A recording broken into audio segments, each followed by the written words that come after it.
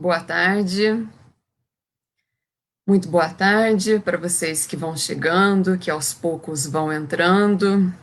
A gente está ao vivo hoje, mas depois vocês podem rever, porque ele vai ficar gravado no Facebook do Centro Espírita Divino Mestre. Então sejam bem-vindos. Estão iniciando mais uma semana de transmissões das palestras. Então, nessa tarde, nesse dia, nós iniciamos com o nosso companheiro Glauco Ribeiro, que o tema de hoje que ele vai abordar vai ser os falsos profetas. Então, para que nós possamos ir iniciando, eu vou dar alguns recados, né? Então, lembrando que quem quiser passar pelo atendimento fraterno, os atendentes fraternos continuam atendendo. O atendimento está sendo feito por telefone, então é bem fácil de conseguir o atendimento. É somente enviar para o e-mail contato@cedivinomestre.org o seu nome e o seu telefone. Apenas isso. Não precisa citar qual é a questão que você está passando, por que você quer atendimento fraterno, tá bom? É bem simples o processo. E aí, então, depois o atendente vai entrar em contato com você por telefone, e aí, então, por telefone, você vai passar para o atendente o que está acontecendo, tá bom? E também, quem quiser estar ajudando, tem uma campanha para que você possa estar levando no período da manhã, na segunda, na quarta e na sexta, lá no prédio da Obra Social Célio Lemos, no anexo, que é o do projeto Bem Me Quer, você pode estar levando alguns itens que vão auxiliar algumas famílias. Então, tem um slide, mas daqui a pouco eu coloco ele para que vocês possam estar vendo os detalhes dessa campanha para quem quiser estar auxiliando. Bom, então já deu um tempinho, já deu os recados, então vamos para a prece, para que o Glauco possa, então, iniciar a sua exposição, né? Querido amado Pai, nós te agradecemos por estarmos mais um dia, iniciando essas transmissões, pelo amparo que nós recebemos do alto, agradecemos por estarmos nessa encarnação, agradecemos por já termos condições de irmos nos conhecendo, enxergando as nossas qualidades, os nossos defeitos. E se ainda não somos capazes disso, nós te pedimos que com amorosidade possamos ir enxergando as nossas falhas, os nossos equívocos, para que possamos então encontrar o caminho do bem. Nós te pedimos que nos ampare nesse trabalho que se inicia, que esteja conosco, nos amparando, que tudo possa transcorrer em paz, em harmonia. Que assim seja. Então, vou chamar o Glauco, vou colocar ele na tela. Boa tarde, Glauco. Tudo bom? Boa tarde, Carol. Seja bem-vindo. Obrigado, boa tarde a todos que estão nos acompanhando essa tarde. Então, vamos falar hoje a respeito de um tema muito interessante, que são os falsos profetas. Para começar, eu vou ler uma mensagem aqui, uma psicografia, tá bom, gente? Minhas crianças, reportando aos dias que estáis passando, nas dores em que toda a humanidade percebe o látego justo do Criador, que traz a reparação de erros antigos, nos sofrimentos que parecem excessivos. A arrogância da humanidade está pagando o seu preço. Toda a cupidez, a soberba em desafiar as leis divinas, questionando as ordens naturais e provocando conflitos sociais em razão desencadeados por pensamentos que desarmonizam, já trouxe sangue demais. Trabalhadores celestiais vindo à Terra em missão para dirigir-vos estão alinhados na direção das diretrizes por nós, mentores do planeta, junto com Jesus, o excelso governador, encontram resistências dos ignorantes do amor do Pai.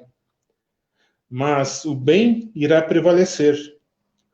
Para tal, a confiança acima de tudo, o amor, a sintonia no trabalho positivo será fundamental.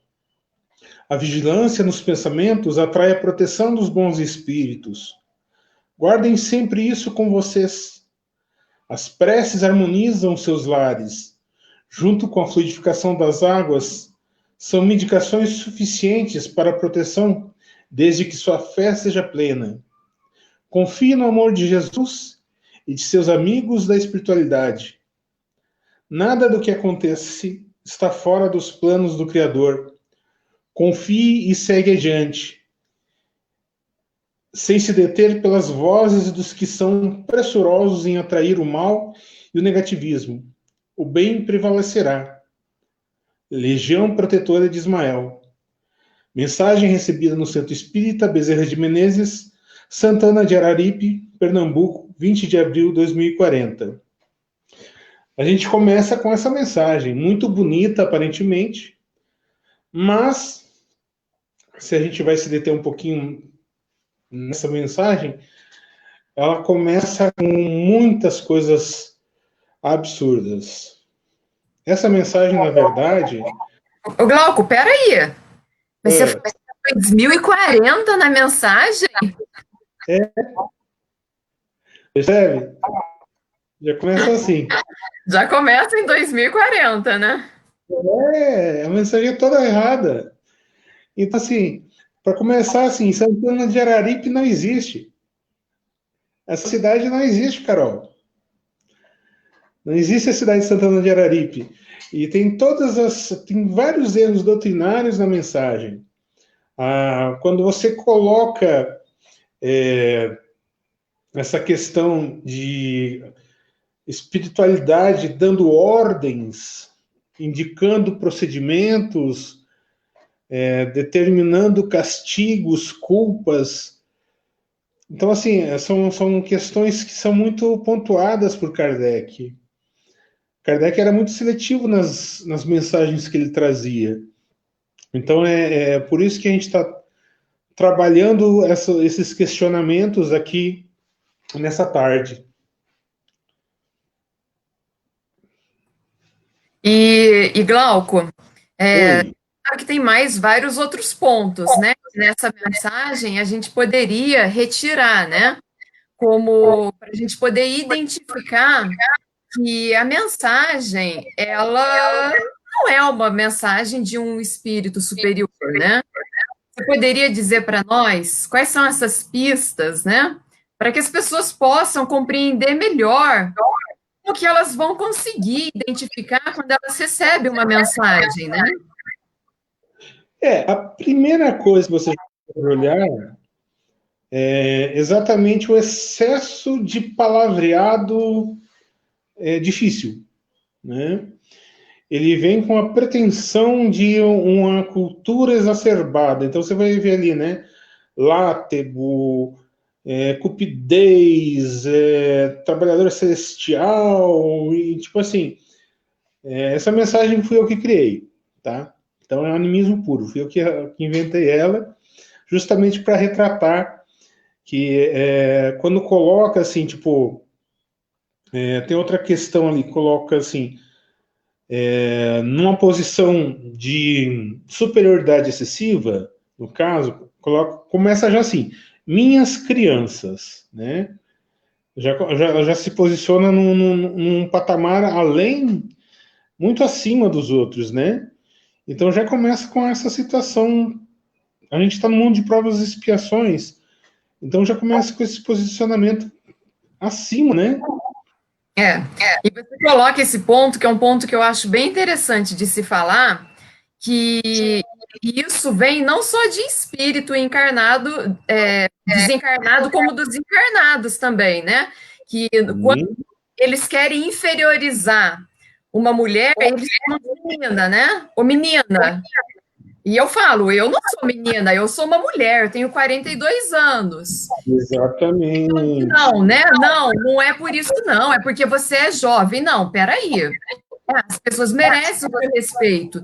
E o espírito nessa mensagem, ele já inicia com essa superioridade, né, em cima de nós, né, chamando a gente de criança. Mas espera lá, será que seria o jeito ideal de um espírito superior de falar conosco?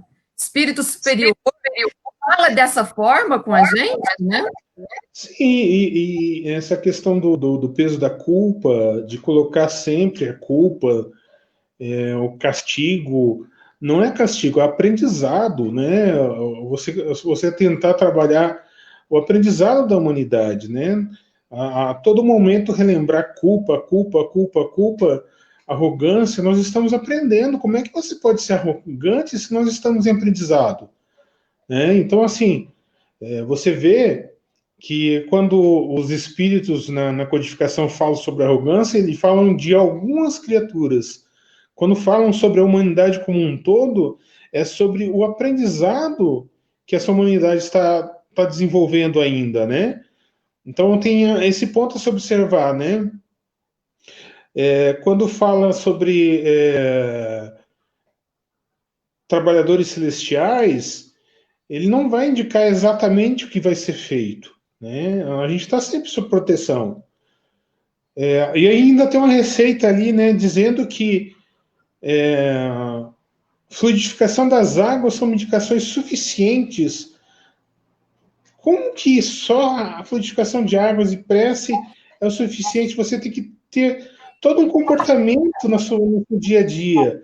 Não existe uma receita mágica que vai resolver seus problemas. É. Então, a Sendo espiritualidade que se foi colocado para nós, né, a medicina na Terra é para que nós possamos utilizar dela. Se Deus deu a inteligência ao homem, é para que dela faça uso, né? exatamente. Então, a situação de uma indicação específica ou um comportamento único, não cabe uma comunicação de um espírito avançado fazer esse tipo de coisa. Né? E tirando de nós também o nosso papel de ter o controle da nossa vida e das nossas decisões, colocando isso para os espíritos, como se os espíritos fossem fazer por nós, né? E a gente precisa sair desse local, que os espíritos vão colocar o remédio na água e que eu não preciso fazer mais nada. Então, Exatamente. por que a gente está aqui? A gente vai adotar aquele comportamento da culpa do capeta, né? Meu comportamento não é meu a culpa é o demônio que me tentou, é ele que é o culpado, o inimigo que é o culpado, porque aí eu não exerço o livre-arbítrio, a responsabilidade não é minha. Né? Então, aí eu transfiro também isso para o espírito protetor. Então, eu rezo para que ele me oriente. E eu não tenho consciência de nada, é isso? Daí sim, né? Quando nós agimos dessa forma, a gente está agindo feito criança, né? Exatamente. E a gente já está no momento de sair dessa mentalidade infantil, né? Eu separei aqui um pedacinho do livro dos médiuns, que toda vez que vai falar de comunicação, eu adoro falar isso daqui, de lembrar, né? Como a gente identificar as mensagens. Eu vou só lembrar alguns pontos. Quem tiver curiosidade, depois lê em casa, né? Então, São Luís, né, ele fala assim: por mais legítima confiança que vos inspirem os espíritos dirigentes de vossos trabalhos, há uma recomendação que nunca seria demais repetir e que devemos ter sempre em mente ao vos entregar os estudos, a de pesar e analisar, tendo o mais rigoroso controle da razão todas as comunicações que recebemos, a de não negligenciar, desde que algo vos pareça suspeito, duvidoso ou obscuro, de pedir as explicações necessárias para formar a vossa opinião. E aqui o que eu gosto demais é quando ele fala, né? Gente, o controle da razão. E hoje, o que que a gente vê, né? Quando a pessoa recebe uma comunicação mediúnica, ela simplesmente está se dizendo que se veio do espírito é boa. Sim, mas isso também surge uma necessidade de uma carência do ser humano enquanto precisando de um conforto, né? As nossas dores, elas nos trazem essa necessidade desse conforto. Nós temos uma fuga recorrente das dores. Nós somos condicionados a entender que as dores são objetos de fuga e não de crescimento, não de algo que veio para nos trazer entendimento das situações. Porque nós entendemos sempre que a dor é algo que você não pode ter, que ela deve ser um objeto de fuga. E, na verdade, a dor é parte da nossa existência, parte da nossa jornada. Não quer dizer que a dor é prazerosa, não, de forma alguma. Mas a dor é companheira da nossa caminhada. Ela que nos indica, particularmente, os erros, né, que a gente comete. Então, quando você busca apenas mensagens prazerosas que nos dão apenas acalento, a gente ignora que esses acalentos podem trazer ilusões, né, miragens, apenas só para fazer que a gente se sinta mais leve. Né? Então, quanto mais bonitinhas as palavras, mais a gente se encanta. Né? Então, é o que eu falo que é simpatia por afinidade. Né? Então, a gente não analisa, porque eu achei bonito, eu compro aquelas ideias. Sim, a gente acaba que a gente gosta de acreditar, né, em mentiras. Tipo uma autoenganação mesmo. Bom, Sim. e o que que seria, então, para as pessoas poderem entender, um falso profeta? Olha, o falso profeta, em todos os casos, assim, a gente não tem como definir apenas uma circunstância de falso profeta, né? Porque nem sempre o falso profeta é alguém que comete a situação por interesse escuso, né? Às vezes é uma pessoa que está querendo ajudar, de verdade, né? Mas para ver ninguém o tempo onde acontece o falso profeta, ele é em todo o tempo da história. Todas as pessoas que tentam trazer alguma informação, alguma revelação divina, elas podem incorrerem no erro de serem falsos profetas. Por quê? Porque dentro daquilo que ela vai trazer, aquilo que ela influencia, aquilo que ela permeia, ela pode se tornar um falso profeta. Né? Então, assim, quando a gente vê no livro dos médiuns, o que a gente associa à comunicação e ao comunicante, a gente vai estar trabalhando nessa definição do que é o falso profeta, né? Então você vai caracterizar que o falso profeta ele vai receber aquela máxima, né? Dai de graça que você recebe de graça. Isso, esse recebimento, ele não vai estar sempre associado apenas à pecúnia, ao dinheiro, né? Que ele vai receber. Ele pode ser por fama, ele pode ser por poder. Então, muitas coisas vão estar associadas a isso. Então, você reconhecer um falso profeta, ele pode ser o profeta encarnado ou desencarnado. Então, já vai estar no teor das mensagens que estão acontecendo. Né? E, às vezes, o reconhecimento disso é complexo. A gente vai dar um exemplo histórico muito forte. Na época de Jesus, existiam outros messias, né? E para vocês saberem, né, historicamente falando, Jesus não era o messias mais famoso da época dele. Né? E tem aqui no Evangelho, né, segundo o Espiritismo, que é o capítulo, né? Haverá falsos cristos e falsos profetas, o capítulo 21.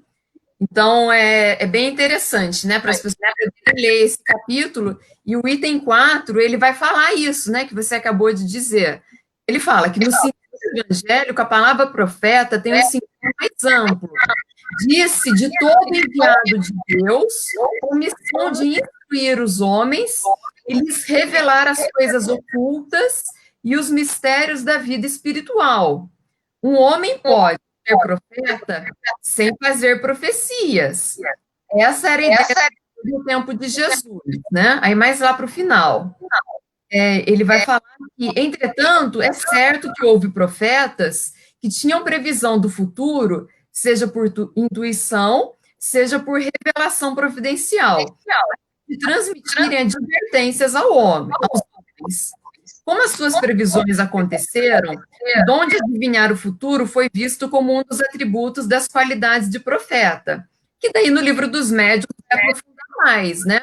Então, o profeta não seria somente aquele que vai falar sobre o futuro, não é? Não, não, não. São as coisas do. É a ligação com o divino, né? Então não é apenas o que vem pela frente, mas o que está acontecendo no momento também e o que seria a mensagem da espiritualidade, né? Seria essa ligação também. Então a gente pode enquadrar tranquilamente aí as mensagens da espiritualidade. Uhum. Então não é para a gente poder entender bem, né? Falsos profetas. Tanto é que nesse capítulo vai dizer, né, que podem ser as mensagens únicas, né? Podem ser as E pessoas dentre nós, né? Que ficam profetizando, né? Que isso, que aquilo. E tem até uma coisa muito interessante que eu sempre guardo muito isso, que uma vez eu vi um professor de um curso que eu fiz, ele fala assim: toda vez que alguém se fala assim, eu sou iluminado, você já pode ter certeza que ele não é nada. não, exatamente. Ele É se um cara. coloca, né? Eu sou o profeta, eu sou o enviado de Deus. Bom, pronto, esquece. Não é. Uma das características do falso profeta é o autorreconhecimento. É, É a ausência de humildade, né? de humildade. Ela vai em cima, né? Tipo, não, eu sou o Bambambam. Bam, bam. Eu sou o E, cara, né? Eu e Deus e pronto. Somos nós, né? e ele fala assim: olha, vamos exterminar todos os cachorrinhos da face da terra porque eles não prestam. Ele também pode ser enquadrado. Olha, possivelmente, porque quando ele se adona da razão, ele é a razão em si, e não permite o diálogo com nenhuma outro questionamento, já beira a insanidade, na verdade. Então, assim, quando você tem essa circunstância de não permite o diálogo, isso já é questão de insanidade mesmo, né? Não, existem obsessões também que permeiam muito, porque o que acontece algumas vezes são pessoas que têm alguma mediunidade, algum acesso realmente efetivo com a espiritualidade, e eles vão se deixando levar pela, pela vaidade, né? E porque há uma característica da ausência do estudo, a característica das pessoas serem melindrosas quando se fala a respeito de análise de mensagens, que as pessoas acham que é algo pessoal, que é algo ofensivo, que é algo direcionado à pessoa, e não ao que se está trabalhando, desenvolvendo quanto aquelas mensagens, né? Então, se alguém olha uma mensagem e questiona aquela mensagem e se analisa aquela mensagem em algo feito com um entendimento diverso do que a própria mensagem diz, a tendência normal é a pessoa se ofender. Por quê? Porque desde a construção inicial, nós tentamos, volto de novo a salientar, a fuga da dor. Nós não queremos entender que as observações de correção são objeto de melhoria. Nós queremos entender que as correções são negativações da nossa pessoa. Ok. E as pessoas podem fazer pergunta, Glauco, que você responde, como que é? Pode fazer pergunta, por favor, fiquem à vontade. Quem quiser fazer pergunta, pode pôr no chat, né? Quem quiser também colocar suas considerações. Eu tenho Fiquem... mais pergunta aqui. Por quê, né? Por que dessa necessidade que as pessoas têm de mensagens de revelação? É justamente isso, a dúvida do porvir, né? Todo mundo quer ter aquele entendimento. São duas coisas que acontecem muito, é o porvir e o passado. Muitos espíritas querem saber o que foram na encarnação passada ou querem saber o que vai acontecer na frente, né? Na encarnação passada, eu sempre falo para as pessoas: pegue os defeitos e multiplique. Isso é você. Para saber o seu futuro, pegue suas qualidades e multiplique. Isso vai ser o que você vai ser. Quanto ao futuro do planeta, vai ser a mesma coisa. Pegue as qualidades do planeta e multiplique. Isso vai ser. Como vai acontecer, depende da gente. Agora, uma definição, nós estamos querendo respostas, mas nem sempre sabemos até mesmo qual a pergunta que a gente quer fazer, né? E até mesmo, né, na lei de fatalidade, no livro dos Espíritos, né, Kardec, ao perguntar essa questão da fatalidade, alguma coisa nesse sentido, assim, não na pé da letra que eu estou falando, né? E se a gente reencarna já com tudo, né, pronto. E os espíritos falam que não, né? Só há fatalidade na hora que a gente vai nascer e na hora de morrer. E que a gente venha com tendências e num meio onde coisas podem vir a ocorrer, mas que a vida vai acontecer de acordo com as escolhas que a gente faz. Porque se tivesse tudo determinado, qual seria o nosso trabalho reencarnado? Nenhum. Não teria Exatamente. mérito nem para o mal. Exatamente. E esse é o nosso. É a proposta do próprio livre-arbítrio, né? O livre-arbítrio é um mecanismo de depuramento de moral, né? Nós temos que nos melhorar por mérito, né? E não é uma questão de querer fazer uma adivinhação do que é o correto. Nós temos que entender o correto e assimilar esse correto e fazer o correto, né? Não é fazer o correto na frente dos outros e se esconder para fazer errado, né? É. Fazer o correto só para fazer bonito, né? Não, não é isso.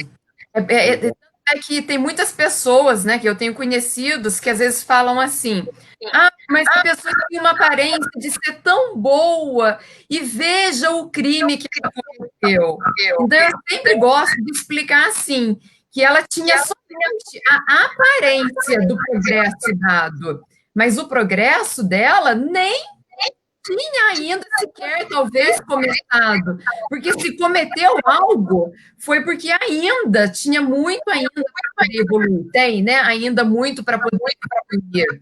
Porque não tem como, segundo o que a doutrina coloca para nós, não tem como retrogradar, né? Não tem como eu aprendi a ser boa e depois eu aprender a ser mal. Porque isso seria guardar no aprendizado. E isso a doutrina é muito clara em dizer que não tem como. Então, quando a pessoa pratica o mal, é porque o bem ainda não estava realizado dentro dela, né?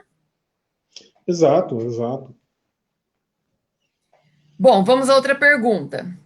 E como que a gente, então, né, vai identificar se a mensagem ela é realmente proveitosa? Então, Principalmente agora, né? Desde que começou a pandemia, meu Deus, como que choveu a mensagem, né? uma das características das mensagens, assim, é a linguagem elevada. Mas as pessoas às vezes entendem errado a linguagem elevada com linguagem empolada, né? A linguagem elevada significa uma linguagem que traz coisas boas, que traz informações preciosas, né? Que traz um acalento real que realmente nos traz esperança, que nos traz conforto. que não traz coisas fantásticas, ilusórias, né? A mensagem elevada, ela é uma mensagem que nos traz um conforto e uma segurança que algo está acontecendo e que nós estamos no caminho certo. Ou não, mas nos traz um conforto de que nós estamos sendo velados, né, de alguma forma. E não traz fantasias inalcançáveis. Então, assim, elas não trazem um vislumbro de algo que não é possível de acontecer. Eles não têm uma ilusão inserida dentro. Aquele item, né, que eu citei do livro dos médiuns, eu também gosto muito, porque daí continua no item 267, em que os espíritos, né, e Kardec vai e coloca numa ordem, ele fala assim, podemos definir os meios de reconhecer a qualidade dos espíritos, os seguintes princípios, né? E daí ele vai falando, então, eu só vou falar alguns, assim, que eu acho muito importante. O valor dos espíritos pelo bom senso. Julgamos os espíritos pela sua linguagem e as suas ações. Admitido que os espíritos bons só podem dizer e fazer o bem. Tudo que é mal não pode provir de um espírito bom. Essa, para mim, assim, eu já poderia ficar só com essa. O que acontece também, existe o risco do espírito pseudo-sábio, que ele sabe usar de palavras, ele consegue concatenar as ideias. Até mesmo a mensagem que a gente jogou no começo, para ilustrar, você pode juntar palavras bonitas, você pode juntar ideias interessantes de forma a iludir. Eu posso citar várias situações que aconteceram, né, em que acontecem ilusões. A gente pode até mesmo citar um livro do Divaldo, Trilhas de Libertação, em que acontece um fenômeno de um médium. Perdão. Acontece um fenômeno de um médium que ele está sendo acompanhado e, num dado momento, o espírito também é iludido, né? E eles começam a se perder no caminho, na trajetória deles. Então, assim, a questão de ilusão das pessoas com pseudo-sábios ela é recorrente dentro do espiritismo. E a gente vê mesmo entre os encarnados, nós temos muitos pseudo-sábios por aí que têm algumas ideias aparentemente bonitas que saem por aí. Muitos até têm realmente boa intenção de fazer alguma coisa, de exercer alguma coisa no trabalho, mas como nós somos limitados, ainda nos detemos nos nossos limites do egoísmo, das nossas vaidades, dos nossos atavismos, né? Então, assim, tá muito recorrente a situação do nosso plano mesmo também, né? Então a gente não pode ficar achando que nós estamos tão avançados assim, né? Sim. Você estava falando disso, né? De enganar pelas palavras e pelos nomes, né? Eu lembrei de uma comunicação que tem na Revista Espírita e que eu acho ela muito interessante, que o espírito ele se passa por uma figura ilustre, né? E Kardec, como ele era muito sagaz, ele percebe. E então ele vai desmascara esse espírito, né? Quando perguntado a ele por que ele faz isso, né? Ele fala, porque eu queria me divertir, né? E Kardec fala, nossa, mas como assim? Como que você faz isso, né? Então Kardec vai dar a explicação. Até os espíritos têm a liberdade de agir, né? E que é como se fosse uma prova para poder testar se nós estamos sabendo usar o nosso raciocínio, a nossa inteligência, de identificar esse tipo de mensagem, esse tipo de comunicação, né? Então eu gosto demais. Eu não lembro agora qual revista espírita que é, né? Não Conheço sei bastante. decorar a passagem, mas essa passagem eu acho ela muito boa, e um bom exemplo de como que os espíritos eles fazem isso, né? Para ver como o Kardec era criterioso no trabalho dele, tem uma publicação de um conhecido nosso, o Miquez, ele fez um artigo, o Guilherme Miquez, em que ele coloca que o Kardec ele trabalhou com 3.600 mensagens, que ele publicou em torno de 100. Muitas dessas mensagens eram interessantes até, mas para ele realmente publicar, ele selecionava muito bem. Assim, o crivo dele era extremamente detalhado, né? Tanto é que de 3.600 só escolheu 100, né? Então, assim, e você percebe que tem pessoas que catam qualquer mensagem, né? Sem nenhuma análise, sem nenhum critério, e justamente quanto a essa percepção de aceitar apenas por aceitar, né? E aí a gente vê muitas ilusões acontecendo, né? É, sim. Outra pergunta. Existe, né, o risco do comunicador, de quem se comunica, ser uma comunicação anímica, ser um animismo? Olha, o animismo ele é inerente à mediunidade, né? Então não tem como não ter esse risco incluso. De qualquer forma, a mediunidade ela sempre vai estar envolvendo o mediador.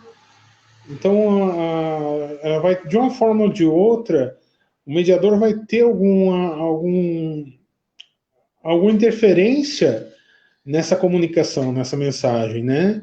Alguns num grau menor, outros em graus maiores. Em algumas vezes é devido até mesmo ao entendimento e à vivência desse médium. Se o espírito transmite algo que o médium não tem uma percepção, uma definição, um entendimento, que é o que o espírito está querendo repassar, ele vai tentar traduzir nas palavras dele. E quando acontece dessa forma, o ruído da mensagem pode ser muito grande, né?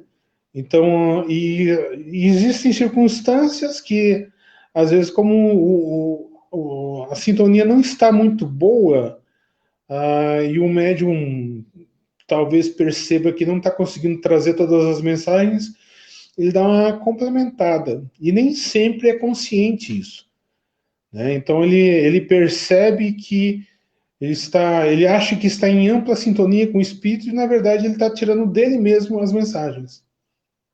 E por que isso acontece? Porque não há criticidade na mensagem. É. E muitas das vezes até o médium, né? Ele está até já passando por algum processo em que ele não admite ser criticado, né? Exato. E que daí isso então acaba sendo perigoso, porque se ele não aceita crítica, já é também um sinal de certa. É um alarme, né? Que tem que soar para quem vai estar recebendo essa mensagem que o médium está passando, né? Bom, tem uma pergunta de uma pessoa chamada Angelita. Assim, qual a importância de analisar a mensagem recebida por um espírito que se apresenta como superior? Olha, essa aí são as mais complicadas, porque quando já começa dizendo que é superior, abre o olho, né? Porque, regra geral, o espírito superior não diz que é superior. Se um espírito aparece dizendo que é superior, desconfie, que eles não têm necessidade. A superioridade de um espírito é reconhecida pelo que ele é, pela mensagem que ele diz, né? A regra geral, a identificação é uma solicitação nossa. Eles não, até porque eles também não têm eles não carregam o RG, né, deles. Falou que sou um espírito superior, já é o tipo de coisa que o alarme tem que soar, né? Mas seria assim, né? Você já sabe com quem está falando? É, isso aí. Isso daí você já sabe, já sei. Já sei sim com quem que eu tô falando, né?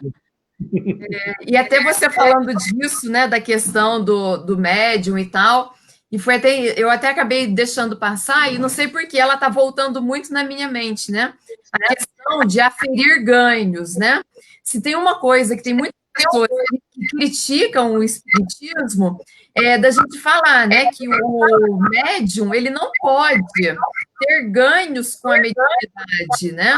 Tem pessoas que falam até que isso é porque o espírita ele não gosta de dinheiro, ele coloca que o dinheiro é pecado, para você ver a deturpação da história. E Kardec, ele foi muito claro nessa questão, até na viagem espírita. Você lembra que como que ele faz as viagens para poder conhecer os centros? Ele usa quais recursos para fazer essas viagens, né? Por que dessa recomendação de Kardec quanto ao dinheiro?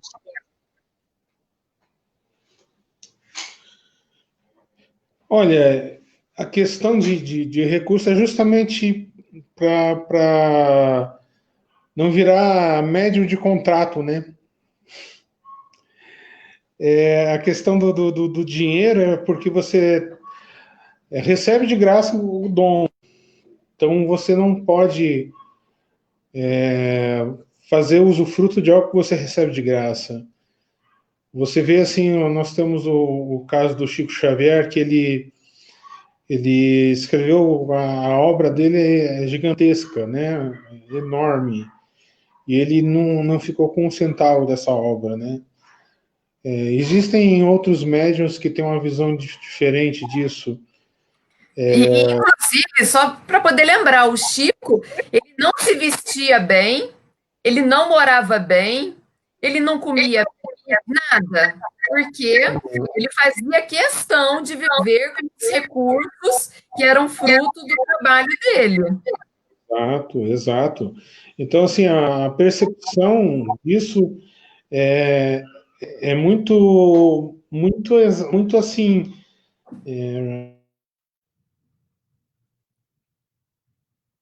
Acho que travou a imagem, o som. Vamos ver, vou colocar ele de volta. Glauco, Muito. voltou. Tinha dado uma Voltou, cor. cortada, né? Deu. A mediunidade é um dom, né? Então, assim, a gente entende que não pode ser feito mercado com isso, né? Sim, né? E até Kardec, ele fala, né, que acontecia na época já de Kardec, isso já acontecia, né? Pessoas que usavam a mediunidade para poder ganhar dinheiro, e quando os bons espíritos saíam de perto da pessoa, ela começava a inventar para poder continuar ganhando dinheiro, né? Então, Kardec fala, olha, é um grande perigo o médium que cobra, porque corre-se esse risco da mediunidade, dos bons espíritos saírem de perto dele e ele passar a ser assessorado por espíritos brincalhões, e tudo mais, ou até mesmo dele começar a, a deu uma fugida aqui no meu raciocínio. Ou dele começar a inventar que está recebendo algum tipo de mensagem, que ele está fazendo algum tipo de fenômeno, única e simplesmente para poder ganhar dinheiro, né? Sim, sim. E é importante a gente salientar que tipo, parece que a gente está falando que né, só tem coisa ruim, só tem coisa ruim. Não, mas a gente tem que. A gente fala isso para a gente perceber as coisas boas que existem dentro das mensagens, né? Então, assim, porque é importante a gente olhar isso para a gente se deter nas coisas boas, nas mensagens positivas que realmente trazem esse refrigério para a alma, né? A gente está passando por situações complicadas, dolorosas, e isso que é importante para a gente, né? Então, para a gente conseguir se recompor, porque existem muitas mensagens positivas que fazem a gente se sentir melhor sempre, né? É. Tem alguns comentários aqui. O Bruno, ele fala assim: eu também acho muito desnecessário a palestra com o intuito de vender livro. Vejo muito isso no centro. É o tipo de coisa que hoje a gente vê acontecer muito, né? Congressos cobrando valores bem caros para poder se participar, né? Congresso espírita, né? E então é um tipo de caminho que a gente precisa ter cuidado. E qual foi a recomendação de Kardec? Que até no Viagem Espírita, né? Ele fala que ele faz essa viagem com seus próprios recursos. E ele depois comprova, né? Que foi tudo feito com o dinheiro dele próprio, Kardec. Sim, é porque é o entendimento de que você faz parte da sua jornada, né? Você está correndo atrás disso, parte do teu caminho. Né? Você não está vivendo daquilo, né? Então, até porque, tipo, no momento que você começa a viver daquilo, você está hierarquizando o espiritismo, né? Você vira um padre do espiritismo. E aí já não é mais espiritismo. É interessante falar disso da questão de dinheiro, porque não tem, não pode ter esse vínculo, né? O médium, ele usar da mediunidade dele para poder ganhar dinheiro, seja vendendo livros, seja o que for, né? Porque tá se desvirtuando o princípio da doutrina. Mesmo eu assim, isso é bem opinião, entendeu? Porque até Kardec, isso ele não fazia. Ele não ganhava dinheiro com a venda dos livros. A venda Não. dos livros era utilizada para poder manter a sociedade e para poder divulgar, né, o espiritismo. Não era para prover o próprio Kardec, né? Sim, até porque livro espírita são poucos os que dão algum retorno, até porque livro no Brasil ele não dá muito lucro, né? Então, até porque as pessoas não leem tanto aqui. Mas eu acho que são situações assim, o que a gente tem que pesar, assim, analisar, é que alguns livros são usados para ajudar em manutenção de obras assistenciais. Eu acho importante, de uma forma ou de outra, contribuir, manutenção de entidades, né? Isso é importante, é uma fonte de renda, né? E existem alguns trabalhos de desenvolvimento, de pesquisa que estão acontecendo que são utilizados com esses recursos também. Então, a gente também tem que avaliar algumas coisas. Claro, existem exageros, assim, eu percebo, assim, alguns congressos que estão surgindo com uns valores muito absurdos, estão bem, assim, estranhos, né? Mas, né, então, tipo assim, a Forja, acho que da temática do espiritismo em si já vira um congresso que, né, funcional. Não está bem no eu também, né, porque se você trata como alguma coisa de espiritualidade, não deixa de ser a profecia, né? Então é muito difícil essa história de misturar, né? Mediunidade com dinheiro, né? A mediunidade ela não pode ser usada para o médium ficar rico, né? Agora, eu acho também muito interessante, na minha opinião, é uma coisa muito boa quando os livros eles são vendidos para poder fazer a manutenção de uma obra assistencial ou na divulgação da doutrina espírita, né? Aí sim, mas a gente tem sempre que ter esse cuidado de perceber, de saber, né, para que está servindo a venda desses livros, a venda, né, disso que está sendo vendido.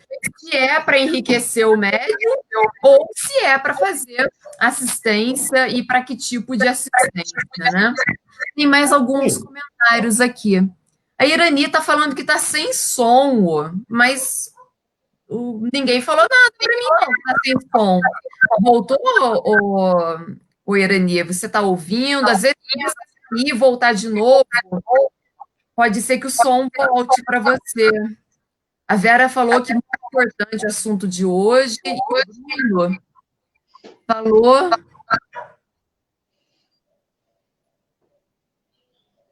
sem uma religiosidade sobre o homem do bem, sobre os dias de hoje. Ele está perguntando sobre a questão 624. Aqui o meu quarto virou uma biblioteca, né? Então estou com os livros tudo aqui. Questão 624. Qual é o caráter do verdadeiro profeta? É a pergunta, né? E daí a resposta é assim: é um homem de bem, inspirado por Deus. Pode-se reconhecê-lo por suas palavras e ações. Deus não se serviria da boca de um mentiroso para ensinar a verdade. Exato. Então é que está a questão, né? Essa é a situação. Essa Então, resposta que os espíritos dão não tem nem muito que a gente comentar. Eu acho que está clara. Não tem porque é autoexplicativa, não tem o que falar. Se é aquelas que você só faz assim. Não tem como. A gente tem que lembrar que um bom espírito, ele nunca vai. O bom espírito, ele nunca vai vir falando mentira, falando mal de alguém, insuflando ódio, insuflando medo, coisas negativas, né? Ele nunca vai incentivar a cisania, a separação das pessoas, né? Não vai acusar grupos, não vai dizer que aquele ou aquilo, nunca vai fazer isso. Legal. E então, para a gente poder ir encerrando, existem boas mensagens? Você tem algum exemplo para poder dar? Sempre existem algumas boas mensagens, né? Tem uma que eu Bastante, gosto né? muito, ela é bem batida, até as pessoas já ouviram várias vezes, né? O Divaldo usa muito ela, que é da Amélia Rodrigues, Gratidão. Ela serve sempre como uma prece de encerramento. Ela é assim, né? Então tá, então Muito vamos fazer obrigado, o seguinte, Senhor. Glauco, vamos fazer o seguinte? Então já vamos agradecer o pessoal, né? Eu Certo. agradeço a você por ter doado seu tempo, por essa conversa, foi muito legal. E aí você encerra com essa mensagem da Amélia Rodrigues como a nossa prece de encerramento. Pode ser? Fique tranquilo. Eu agradeço aí também a oportunidade, eu agradeço a participação de todos aí, e que a gente possa ficar em casa. Tá bom, gente? Isso aí. Muito Então tá. obrigada. Então é com você. Vamos lá, então. Muito obrigado, Senhor. Muito obrigado pelo que me deste. Muito obrigado pelo que me dás. Obrigado pelo pão, pela vida, pelo ar, pela paz. Muito obrigado pela beleza que os meus olhos veem no altar da natureza. Olhos que fitam o céu, a terra e o mar, que acompanham a ave ligeira, que corre fagueira pelo céu de anil, e se detém na terra verde, salpicada de flores em tonalidades mil. Muito obrigado, Senhor, porque eu posso ver o meu amor, mas diante da minha visão, eu detecto cegos guiando na escuridão, que tropeçam na multidão, que choram na solidão. Por eles eu oro e a ti imploro comiseração, porque eu sei que depois desta vida, na outra vida, eles também enxergarão. Muito obrigado, Senhor, pelos ouvidos meus que me foram dados por Deus, ouvidos que ouvem o tamborilar da chuva do telheiro, a melodia do vento nos ramos do almeiro, as lágrimas que vertem os olhos do mundo inteiro. Ouvidos que ouvem a música do povo que desce do morro na praça a cantar, a melodia dos mortais que se ouve uma vez e ninguém esquece nunca mais. A voz melodiosa, sonora, melancólica do boiadeiro, e a dor que geme e que chora no coração do mundo inteiro. Pela minha alegria de ouvir, pelos surdos, eu quero te pedir, porque eu sei que depois desta dor, no teu reino de amor voltarão a sentir. Obrigado pela minha voz, mas também pela sua voz. Pela voz que canta, que ama, que ensina, que alfabetiza, que trauteia uma canção e que o teu nome profere com sentido e emoção. Diante da minha melodia, eu quero rogar pelos que sofrem de afasia. Eles não cantam de noite, eles não falam de dia. Oro por eles, porque eu sei que depois desta prova, na vida nova, eles cantarão. Obrigado, Senhor, pelas minhas mãos, mas também pelas mãos que aram, que semeiam, que agasalham. Mãos de ternura que libertam da amargura, mas que apertam mãos de caridade, de solidariedade. Mãos dos adeuses, que ficam feridas, que enxugam lágrimas e dores sofridas. Pelas mãos de sinfonias, de poesias, de cirurgias, de psicografias. Pelas mãos que atendem a velhice, a dor, o desamor. Pelas mãos que no seio embalam o corpo de um filho alheio sem receio. E pelos pés que levam a andar sem reclamar. Obrigado, Senhor, porque me posso movimentar. Diante do meu corpo perfeito, eu te quero rogar, porque eu vejo na terra aleijados, amputados, decepados, paralisados, que não se podem movimentar. Eu oro por eles, porque eu sei que depois desta expiação, na outra reencarnação, eles também bailarão. Obrigado, por fim, pelo meu lar. É tão maravilhoso ter um lar. Não é importante se este lar é uma mansão, se é uma favela, uma tapera, um ninho, um grabato de dor, um bangalô, uma casa do caminho, ou seja lá o que for.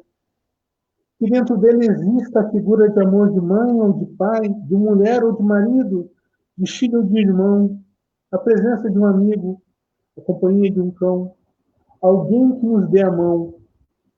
Mas se eu não tiver a ninguém para me amar, nem um teto para me agasalhar, nem uma cama para me deitar, nem aí reclamarei. Pelo contrário, eu te direi, obrigado, Senhor, porque eu nasci. Obrigado porque eu creio em ti, pelo teu amor. Obrigado, Senhor. Muito obrigado, gente. Uma boa tarde a todos nós. Obrigado, Glauco. Boa tarde. Eu falei para vocês, né, no começo, que poderia estar contribuindo, né, com a obra assistencial. Então, só para vocês poderem ver os contatos, o que é que está sendo pedido de doação. Então, está aqui na tela, né? Eles estão arrecadando alimentos não perecíveis, leite, fralda, item de higiene pessoal. Então, pode entregar lá para o Bem Me Care, segunda, quarta e sexta, das 9 ao meio-dia, e o contato é a Iris, tá bom? O telefone tá aí, 981630807, para quem quiser estar contribuindo.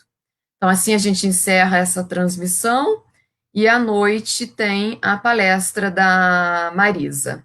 Então, tenham todos uma boa tarde e muito obrigado pela companhia. Até logo.